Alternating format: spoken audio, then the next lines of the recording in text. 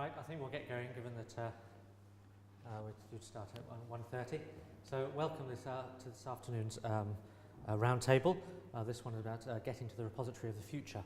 Some of you may have noticed that there was a pre-conference workshop on this theme held yesterday afternoon, and this roundtable was very much intended as being a way of continuing the discussion that workshop itself was looked to stimulate, and by reflecting some of the ideas and themes that came out of that workshop. In terms of the format, we've got a few slides by way of introduction as to why we felt it was appropriate and useful to start having this conversation now, but then very much it's about, in the true roundtable format, getting together in a round forum and exchanging thoughts and ideas. And we've got a number of scenarios and themes that to prompt that discussion. Although please don't feel limited by what we're suggesting. If you have other ideas and suggestions, then do feed them in. The more the merrier. Okay. So, by way of introduction, I should also say that my name is Christopher Awre. I'm the Head of Information Management at the University of Hull. And I came to this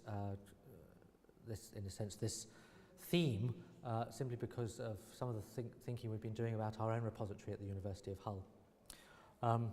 Quick plug of which there'll be more tomorrow in a short presentation tomorrow morning.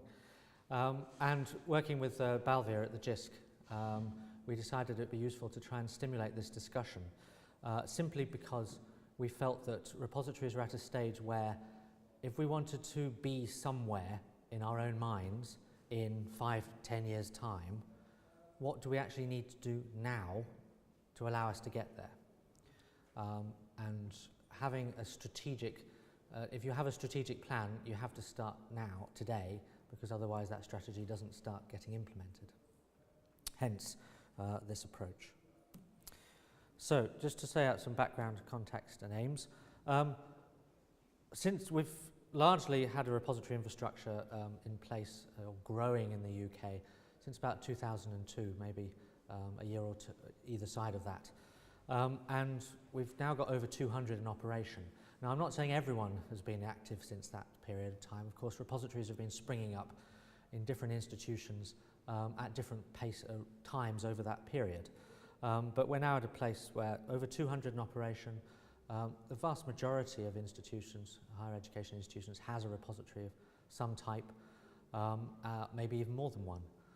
In some cases. So we have a sense of very well-established baseline upon which to move forward.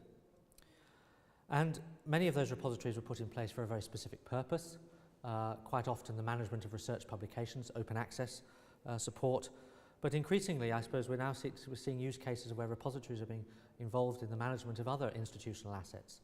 Clearly research data is a very popular theme at the moment because of the drivers around making sure that the data is well managed and preserved. But there's also been lots of discussions around learning materials, the development of MOOCs, which are very much based around open educational resources and how do they get managed themselves.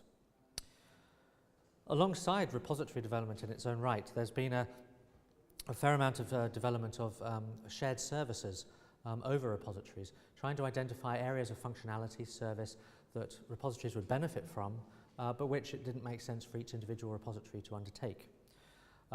So very much read research publications and open access, the Sherpa Romeo and Juliet services, the IRIS service, very much looking at the statistics of usage of a repository, which are very helpful when it comes to demonstrating impact, and the repository junction broker as a way of, in a sense, moving materials around so that they can reside in the right place for them. So we're now at a point where, in a sense, many component parts in our repository infrastructure and our repository landscape are in place, or very much sort of moving in towards that place.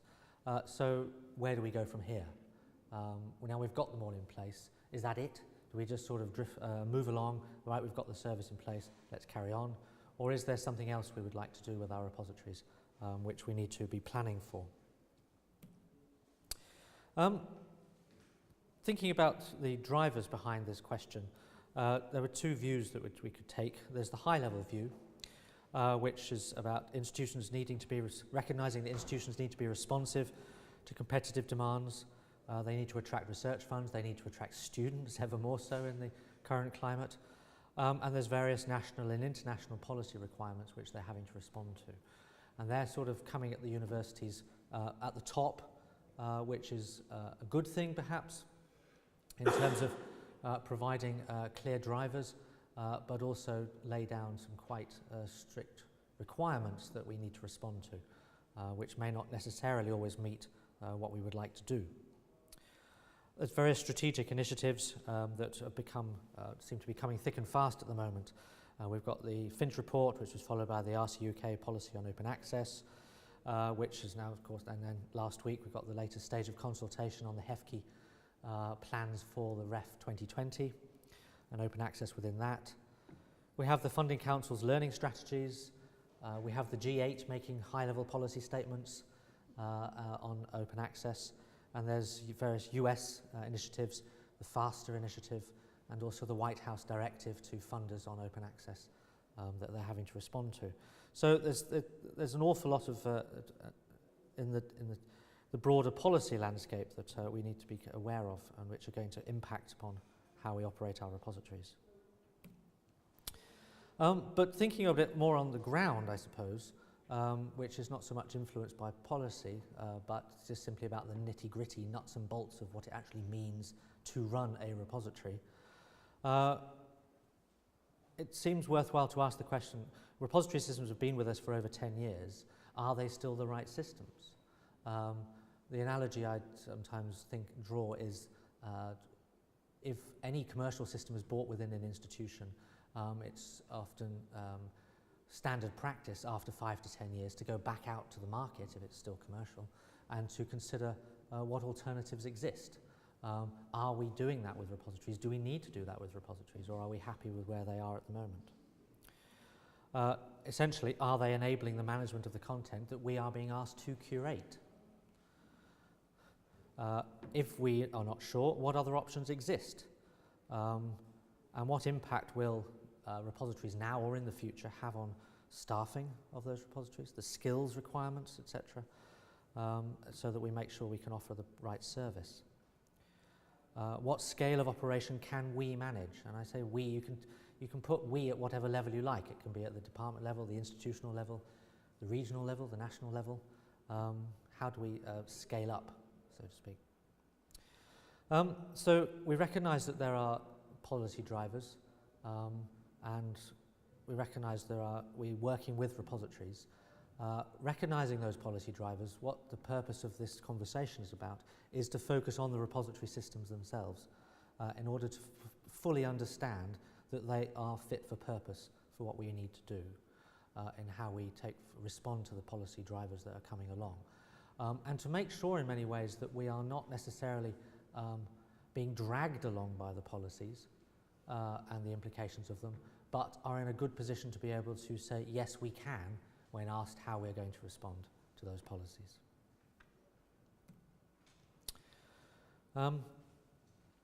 At the heart of this is about understanding what the value of the digital assets concerned are to the universities, understanding the cost of managing them and the value that we get from managing them, either both now and into the future. That's not an easy question to address, but clearly something we may probably need to look at.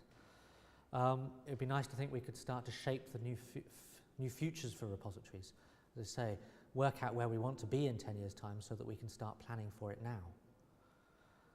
As ever, and I think demonstrated by a lot of the JISC initiatives over the past decade or so, it's beneficial to work together so that we inform together how we move forward, whilst acknowledging the global picture. We can't ignore that nowadays.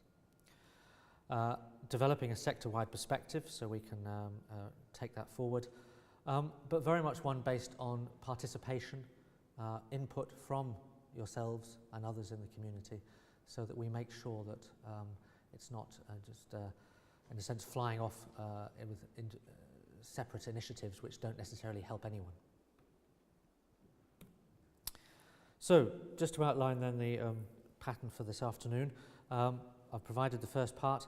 I'm going to hand over to Balviar in a moment to just give you a brief overview of the current picture, And then I'll share some reflections from the pre-conference workshop and some ideas for that, at which point, this is a round table with you facing the screen that way doesn't necessarily foster conversation, so we'll do some furniture moving and get into a round table form so we can more easily move into discussion around some of the themes that emerge.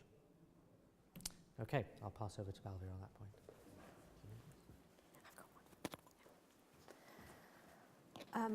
Hello, my name is Balviar Notay. I'm a JISC program manager, and I've been working at JISC since 2002, and that was actually the time when repositories, we started work initially in the repositories area. And I'm going to give you a quick canter or gallop through the current picture in terms of repository growth. And yesterday I did cover pioneering examples, but we really don't have time to cover, because yesterday was a 3-hour workshop, cover the pioneering examples. But we were but you might want to bear some of those, think about some of those pioneering examples when we start our conversation. So repositories and research data management, repositories and research information management, repositories and integration with kind of learning environments, repository solutions for the creative arts, and repositories and researcher-based solutions. Or subject-based repositories that are, very have specific goals in mind. So in terms of, as I said, I've done this slide before, but I think it's always very useful to see the type of activity that we've done and the JISC programs. And as Chris said, we've grown a repository infrastructure as part of this activity, about 200 repositories approximately.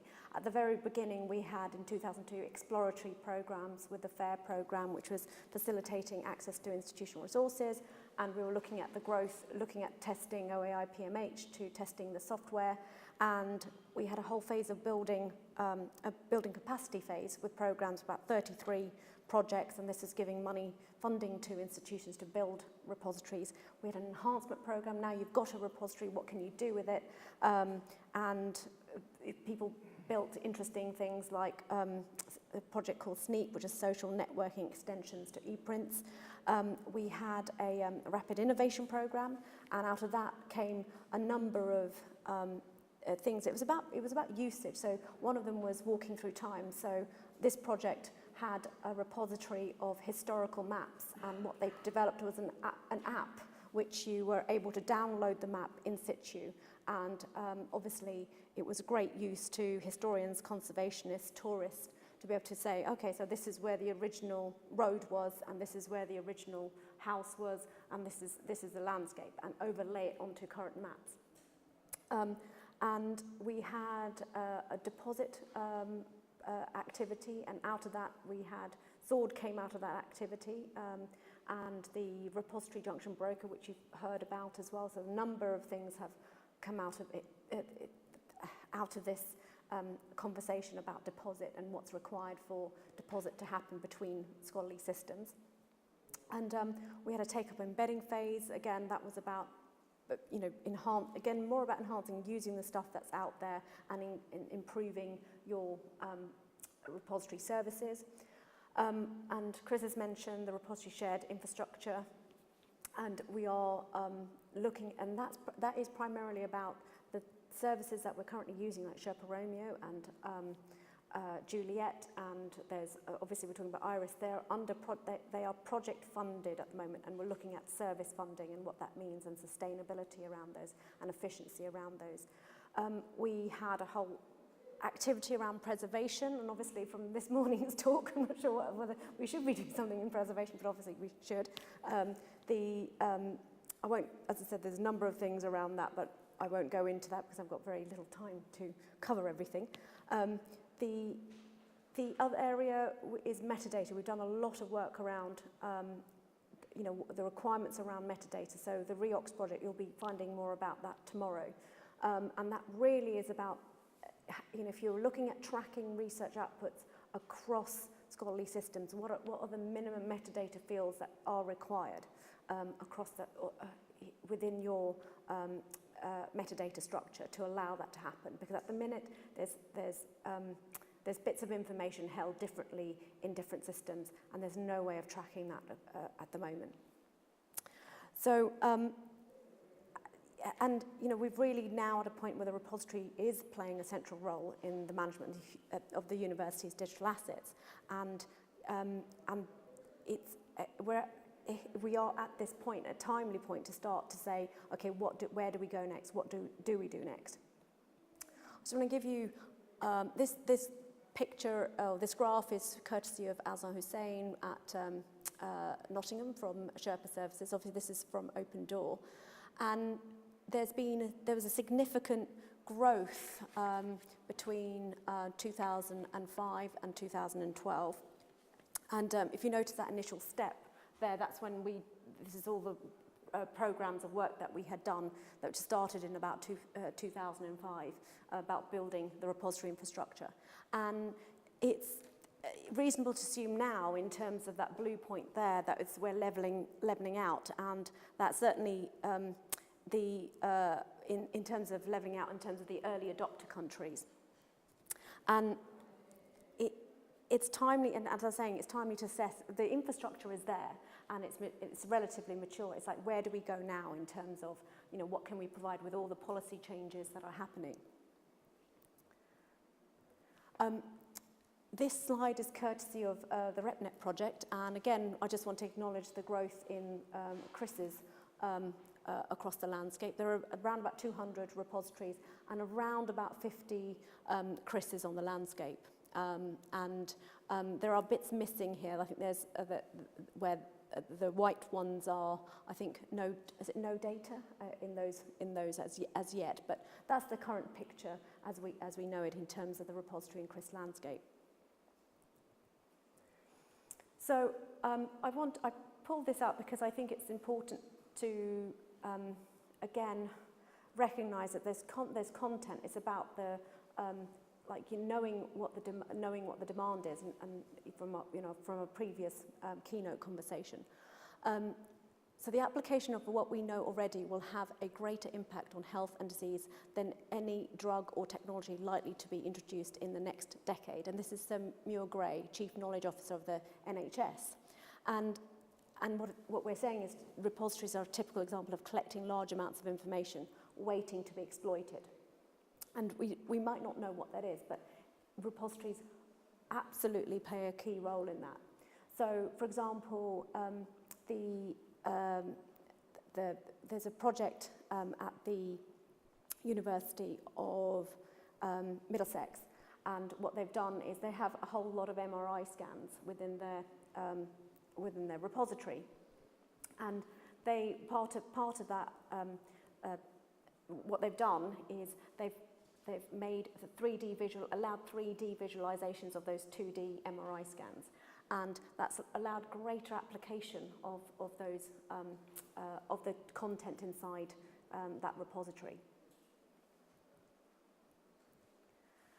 So another quote that I pulled out for us today is from Rachel Botsman, and she is an author, and she writes on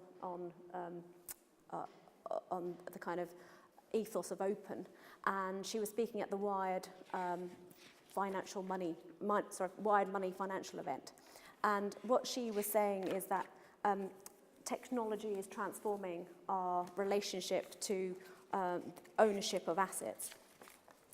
And sorry, just let me get to the paper. But so essentially, she was saying that. Let me just get to the bit of paper I'm looking at.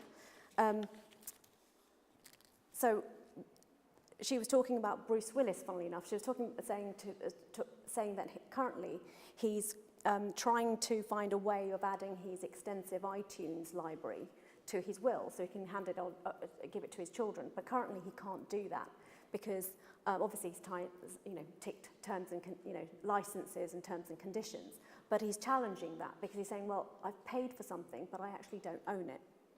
And so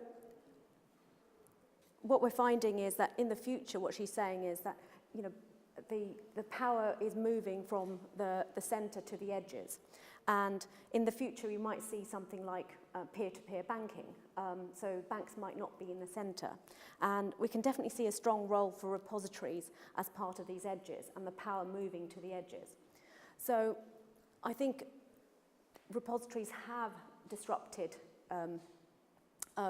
you know, the conventional transactional models that we've had in the kind of scholarly space. And I mean, I just wanted to say that today isn't just about, we're not just talking about open access of research articles, we're talking about a whole lot of content as well, lots of different types of data. So I think that's it from me. I think we're going to move on to the next conversation. Okay, thank you, Balviar. So just very quickly then, what people were asked to do yesterday is they were given a series of themes around repository content, repository functionality, and repository organisation. And we had some questions as prompts for those areas, recognising that all three overlap. The point was made that that overlap should be a darn sight bigger, but that's graphics for you on a slide. And people could raise their own points as well. And then trying to ask people to think about, well, if you were going to start now, what would you like to be able to do in 2 years, in 5 years, in 10 years, in order to be able to draw out some of those ideas. Now, clearly, a very strong point that came across was that that we can't assume that everyone's starting from the same point, and therefore the 2, 5, and 10 doesn't mean something very different to different people, depending on where they are in the terms of maturing their repositories. So distilling out clear targets for 2, 5, and 10 didn't really emerge from the discussion, but there was a number of very clear pointers about what it would be useful or nice to be able to do over that time period. And key to it is, and what I'd like to say is key to this afternoon as well, is to identify what you think we need to do now to enable any development that you think it would be valid to take forward over that time period. There were 4 main takeaways for me, I mean, connected in a sense, in terms of themes.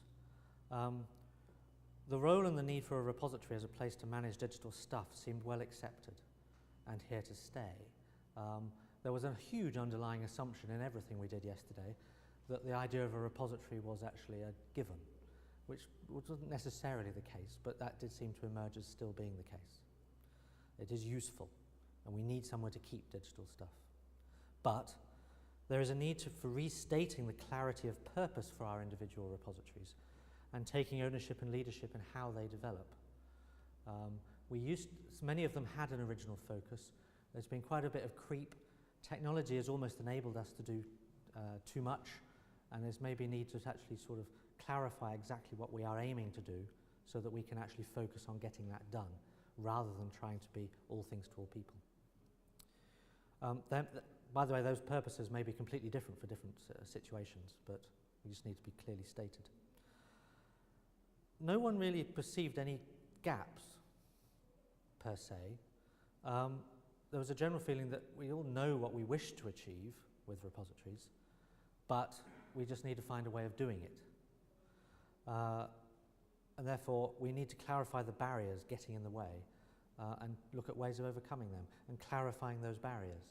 Because again, I mean, it's easy to sort of state generic barriers. It's trying to pin them down so that we can actually do something about them is what seems to be important. Okay. So, before we move on, I'd like to suggest then, mulling over that, if we could rearrange or come up to the front and rearrange the chairs so we are actually sitting in a circle, then that would help greatly with taking forward a round table discussion, even if we have to imagine the table.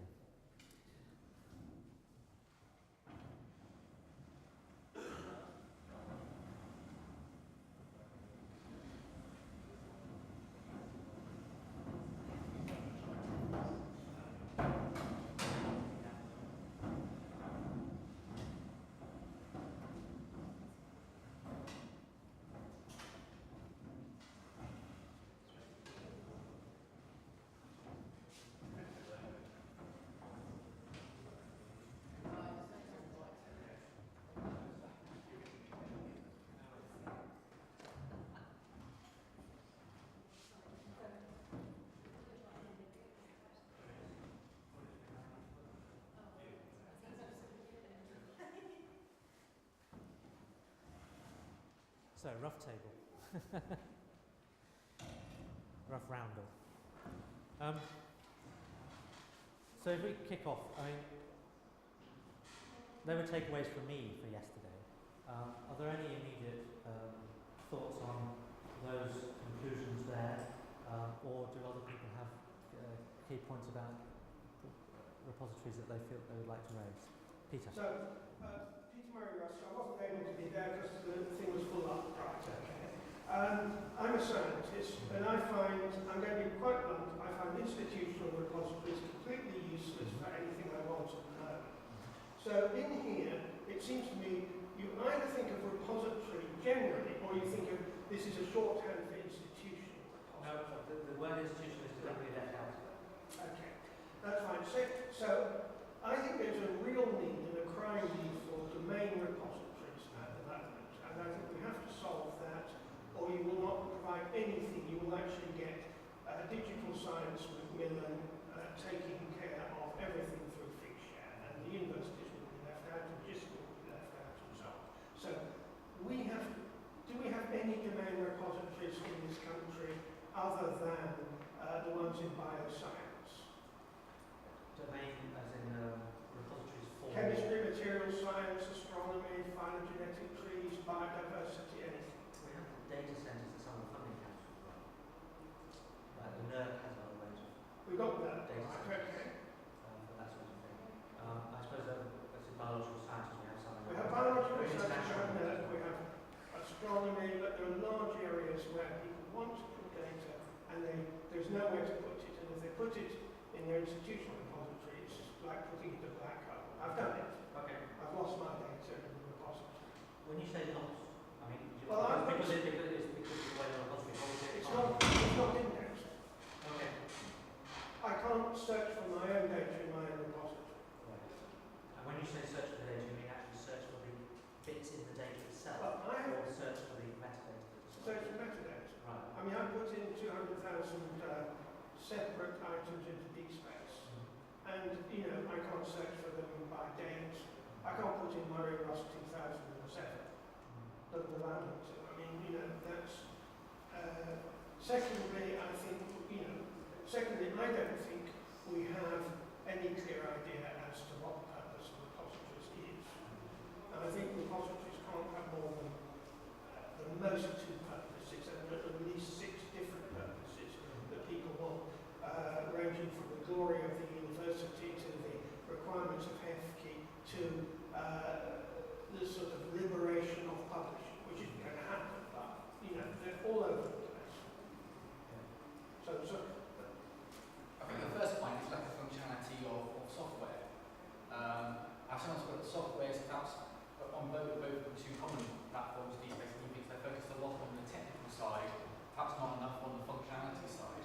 And I think it's been a dilemma sometimes, which perhaps you're capturing here, that are they going to be a repository for all data repository, research repository, learning repository, or are they focusing just on research repository and therefore really focusing on item types and classifications, which that means? And I think they're never quite sure whether it should be which one of those. It's quite different to be a generic platform for software, which build on top of, or being something which purely focused research, which then has catered to certain needs which research. I think that's not always clear. James, sorry.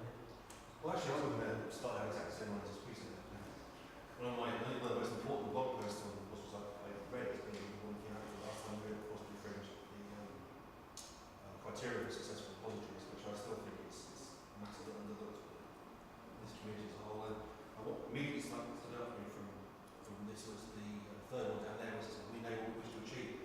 And I think to me that seems pretty endemic in the repository community, is that the we is the repository community. Okay. And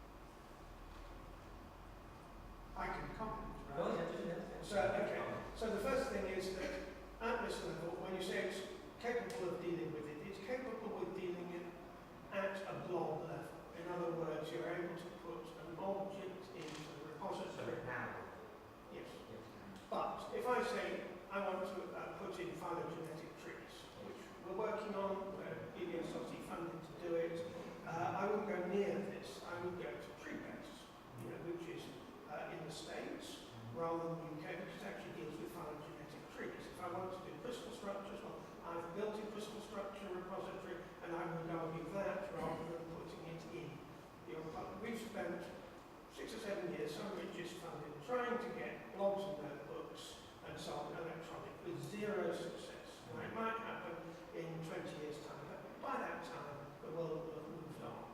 So I don't think you can think of any of this as anything other than the blog level. Just putting something in with a label, right? And if that's the main way of capturing research data, then it's wrong. You've got to have intelligence added to it, both by the people who are around it and by the machines. So you put in a phylogenetic tree. You actually want software which understands phylogenetic trees, and you also want a community of humans, you know, who can say this is a good thing, this is a bad thing, or whatever. And you don't get that from any of the university repositories. So who manages tree? Treebase, I'm not actually sure who manages. I can find out.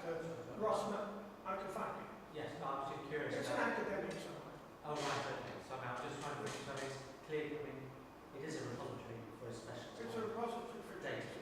Yes. So what I suppose is it's a repository which is aimed at a subject community. Exactly. A domain repository. The problem is it's very difficult to get funding for these. So do you think that repositories would be able to take a organisation repository university? Is it worth them considering the type of functionality to deal with these specialist types of data, or is it worth saying, well, forget it? Well, I mean, what the repositories, what the universities have got is they've got funding for this. I mean, they're spending worldwide, what, 500 million a year on repositories or something. I don't know what it is, but there's 2,000 research repositories. Peter Super says, you know, about 2 people per repository, so that's, you know, hundreds of, lots of people worldwide. That money, none of that money is going into the main repositories. Universities will fund their own repositories, but they will not fund something which is for the community. That's a social problem. I think that has to be changed somehow. I can see the opportunity for a university in the UK becoming the world centre for something, if it already is, like climate. Yes. To pick an easy example. Is anyone working with a university repository that would agree, disagree?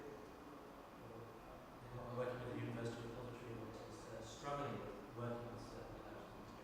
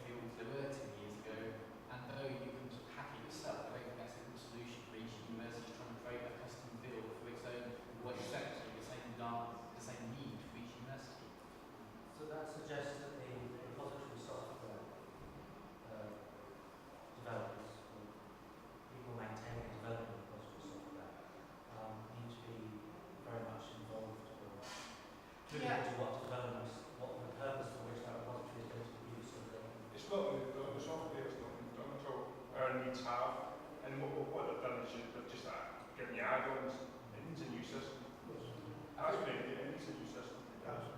I feel sometimes that there hasn't been the proper loop in the sense that we talk as a group and then you've got, say, in our case, the e-commerce developers doing their thing. I'm not sure sometimes that they will know what the current field needs are for the average university repository or what the best communication system might be for to meet our needs.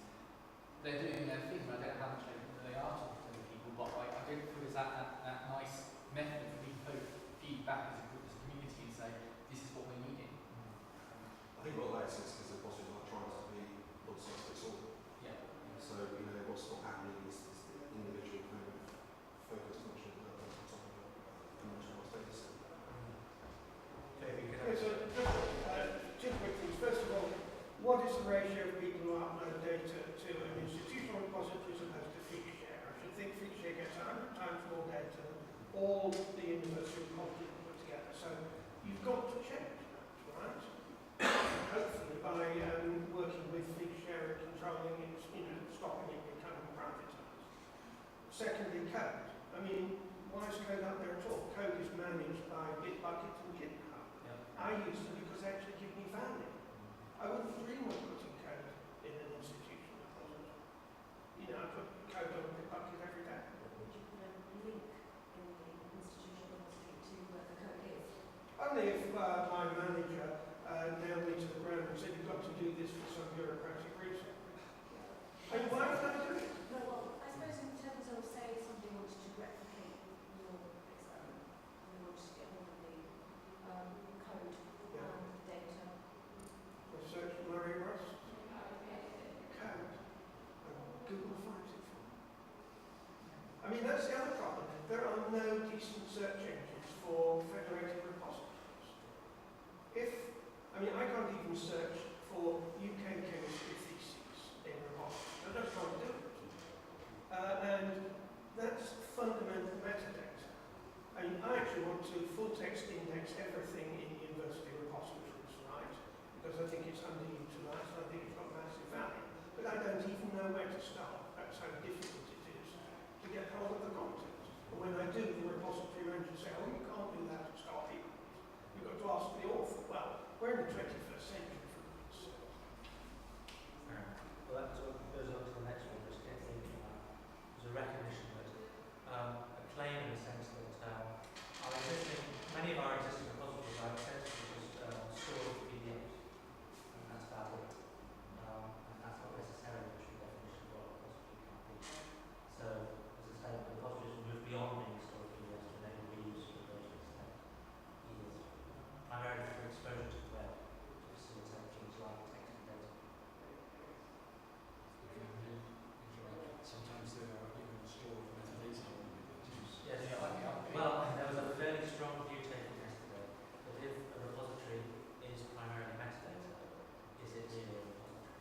Because a repository is of stuff, not just. I mean, the thing is, of course, is that in some cases, of course, the metadata is the outcome, and there's still value in having some record of the metadata. But most of the cases, it's a metadata storage. Well, it's a catalogue. It's not So data. I don't think anyone's going to argue with that. So, but I suppose the associated question there is, what do we need to do now to try and enable it? Given that we seem to be on a conveyor belt that simply says collect PDF. Well, sorry to jump in immediately.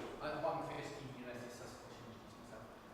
I think one of the key things would be to automatically do some PDF ready for positives, so to somehow extract, which I know PDFs are awful for this, and maybe it should be better with Word files so that it can be in format so that these things make it possible, because we know PDFs aren't that great being other than intrinsic somehow. So, on the technical side, I and others have been working on PDFs, and they are now practical, right? So if they're all digital PDFs as opposed to scans, you know, I mean, there's no point in looking at digital theses from 100 years ago.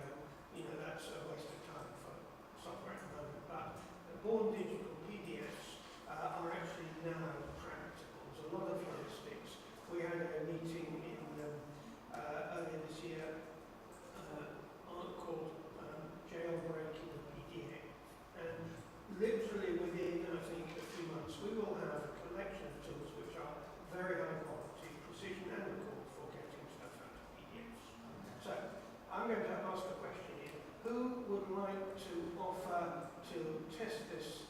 here on their own repository.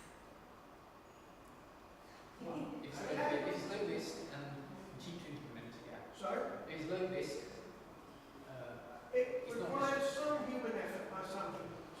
Yeah. That would be enormously valuable because then we could develop this idea that we could actually index. I mean, at the moment I want to index this starting with biological species because these are really valuable. They won't be indexed by Google. They certainly won't be indexed by any metadata, and people want them. And we could run through the whole repository and find out what species there were in the repository with high precision recall. So I've got 2 volunteers anymore. Me for that. Oh, And on over there. yeah, we'll run it over a picture, right? No, we got 4. Excellent. This is great.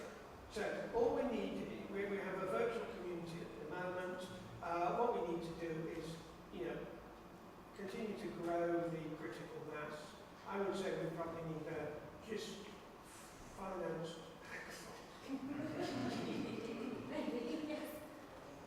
Well, otherwise we won't have any bones. Because that's all hackathons need. Oh, yeah, yesterday I was told all that leaving with pizza.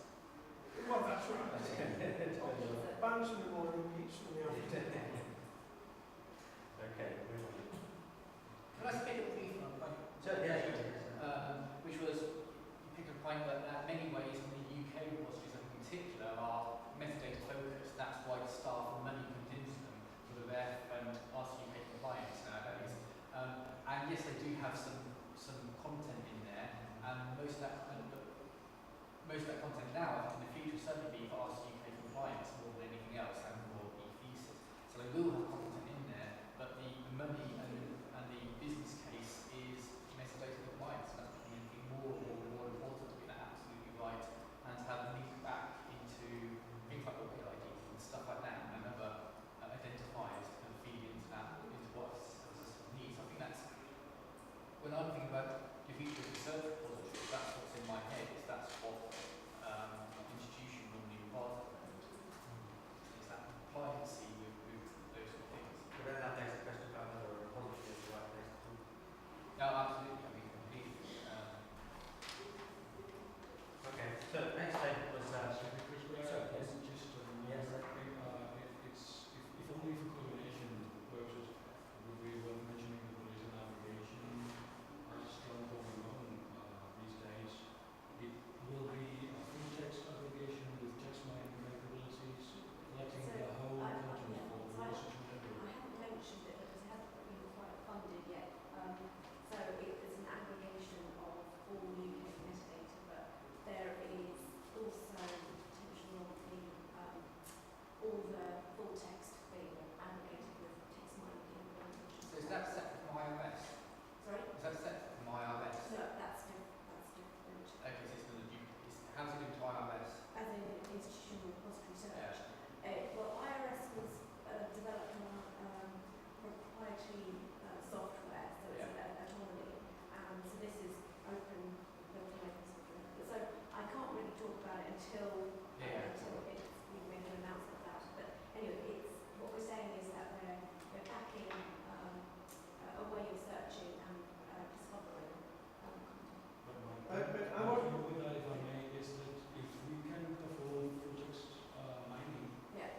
we could get keywords out of that and potentially build subject-specific platforms out of the keywords, out of the indexing of the contents. So I wasn't quite clear. You're going to do text mining of the metadata. No, full text. Full text. You're going to do mining of the full text, but you're not going to expose the full text. You're going to use autonomy to mine. No. It's not. I mean, I don't want somebody else to do my text No. mining. I want to do my own text. And I call it content mining. It's not just text. You can grab the content. We'll be able to grab the content and get APIs on the content. But you can build your own specialist requirements for that. So I can iterate over every document in every UK repository and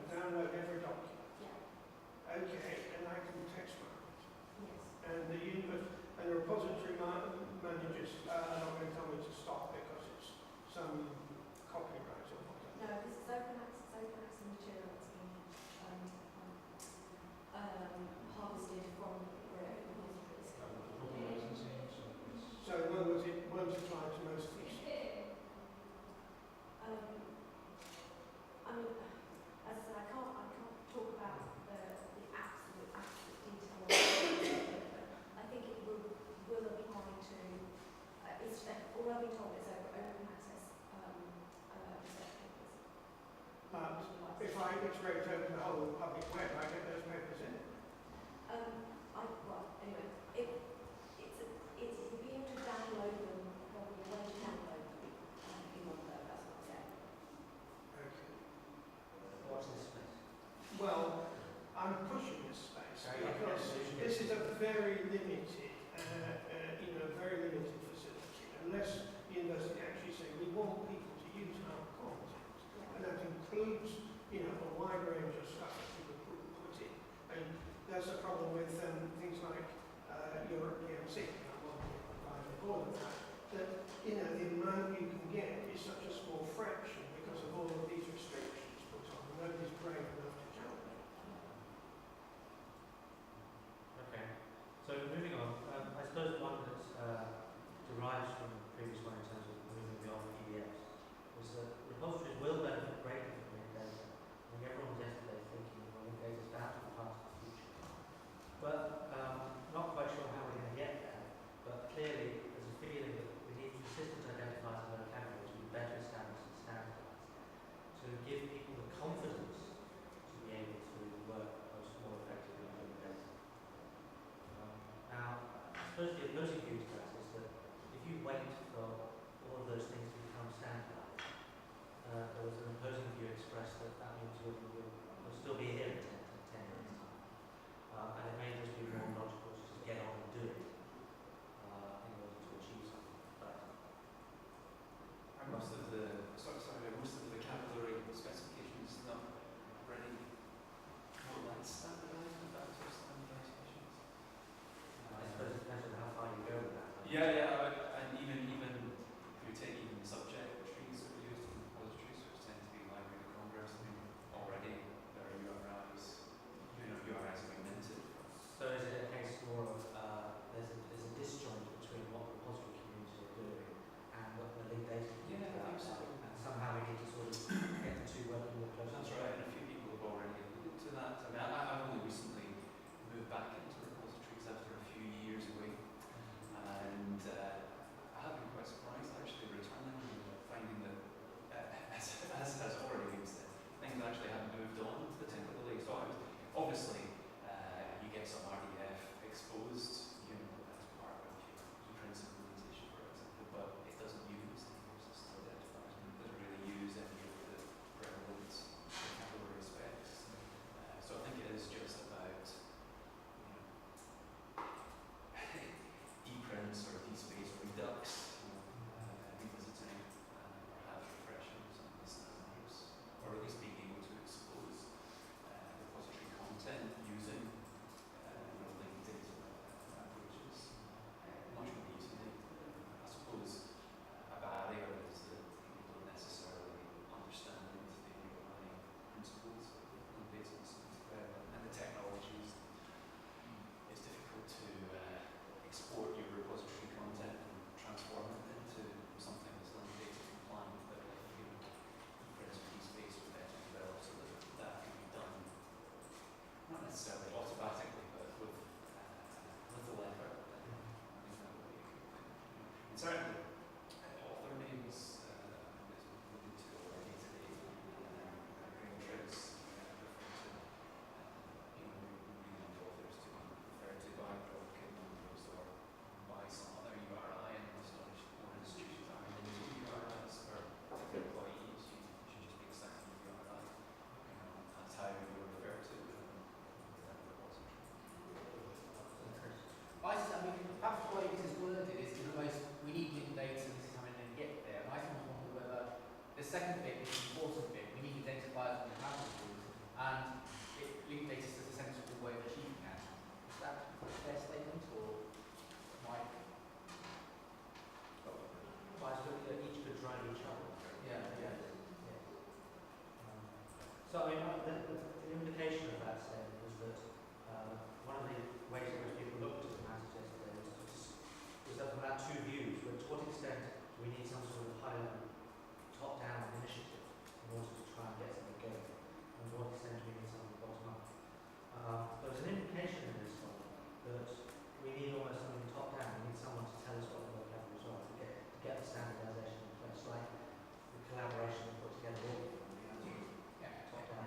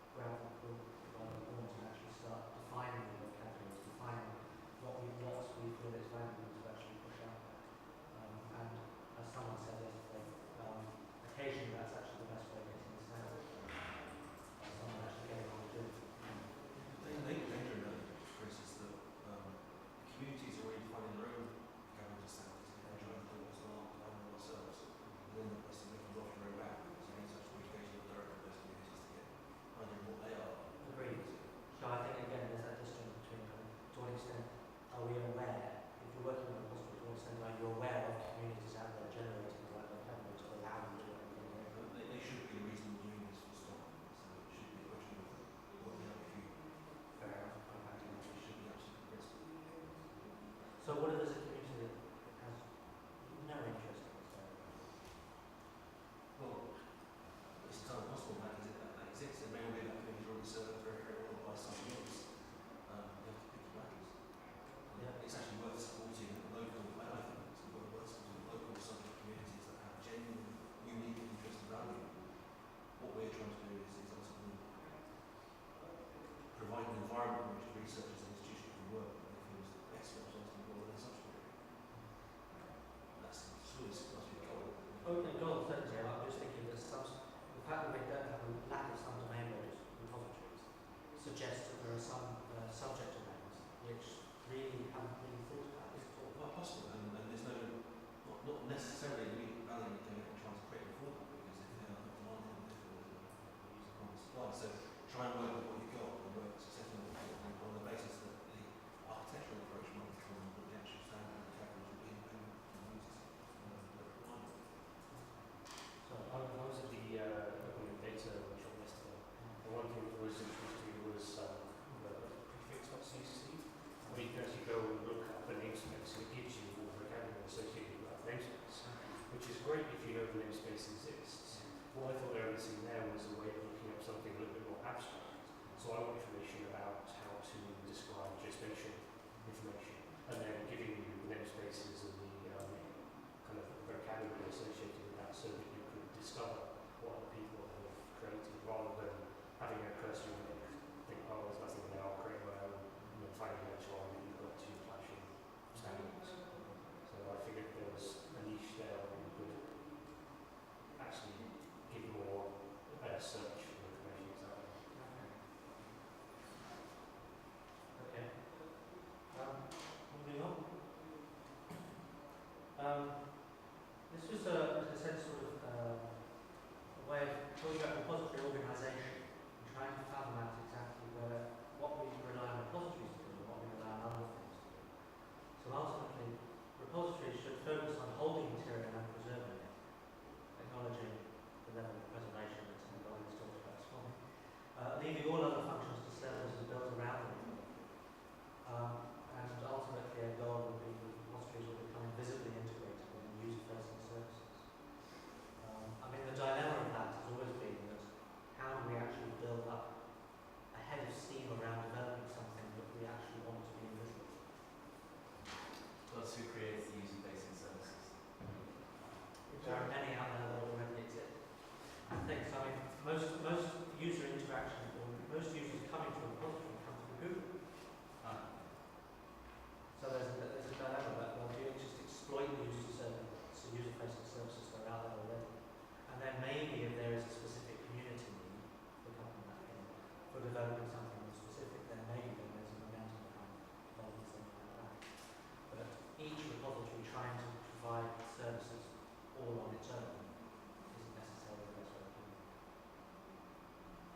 So you're going to rely on the commercial world outside to come up with user-facing services and try and piggyback on it. Well, it could be commercial, it could be other community. What I would say that you have repository have no interaction, so they don't have any interaction with people practicing scholarship within the universities until the paper has been created. They should be supporting the process of authoring. That's what Bitbucket does. They support my authoring of code. The university couldn't care less about me as an author. They give me no help whatever. They don't even intercede with things like the appalling list of publishers put in front of us. Universities, depend on publication, but they actually make it incredibly difficult to be effective at it. No other business in the world would have its products in such an awful state. And that would be the way, that's, in my view, the only way they can really make repositories work. Provide something that scientists, scholars want, is useful to them, and it certainly doesn't have to be on a per university basis. I mean, it can be Figshare, it can be journal submission systems, it can be whatever, but provide that, and then if people find it useful, the repository can be something that's added on, whether they just like Bitbucket or GitHub.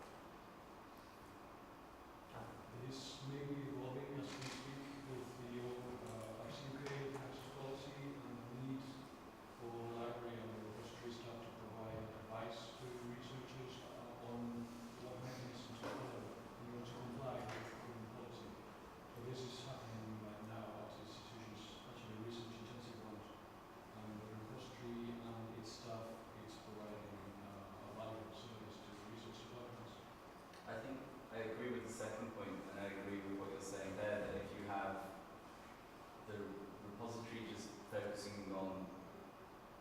providing a service to people, then it has to provide a service. If they're being forced to use it, then by these mandates, then that will work. If it never really gets to that stage, then you're not going to have people not using them. It will be invisible, but not for the right reason.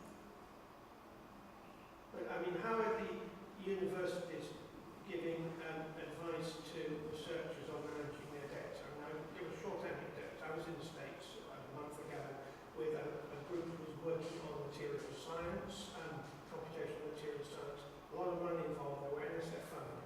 They had no idea how to manage their data in an NSF compliant way.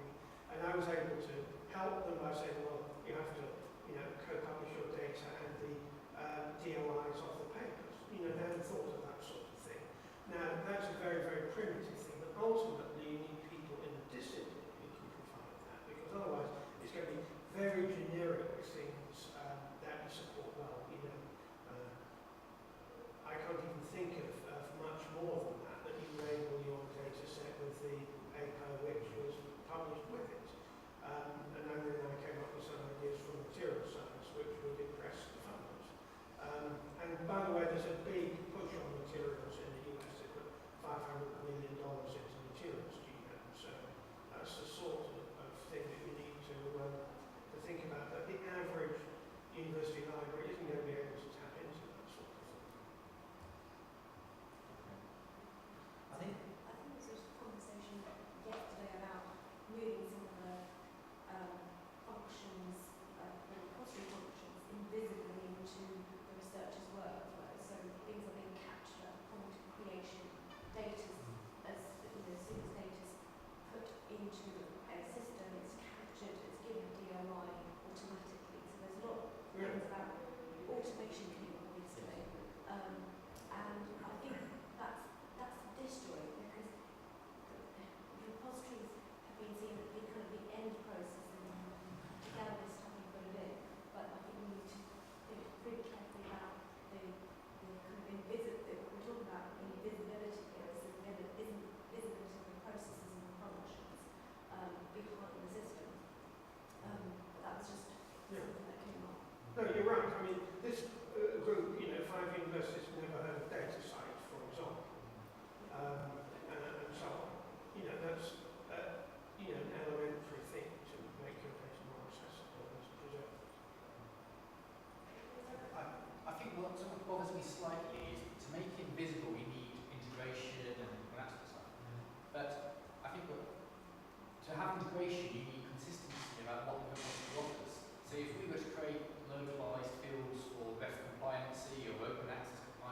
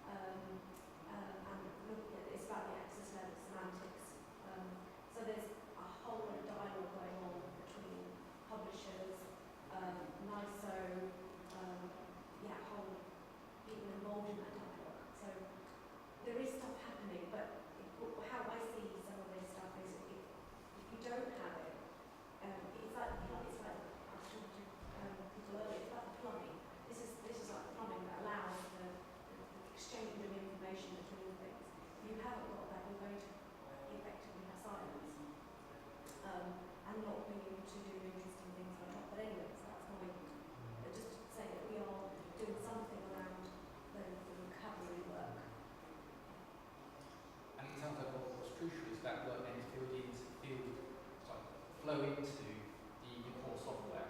You know, Yeah.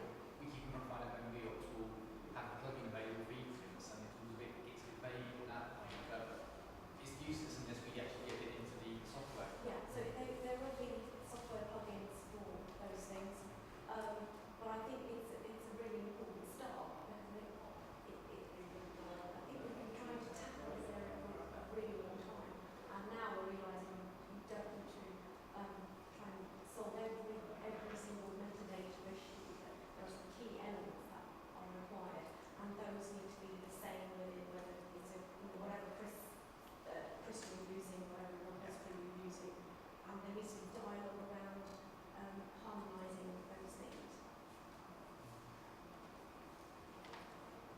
Okay.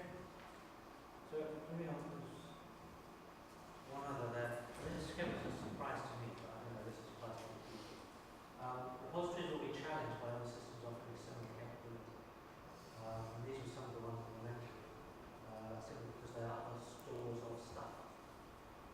And there's a challenge there to try and demonstrate what the impact of a repository is in order to demonstrate its value and worth, or indeed decide that it's not worth pursuing.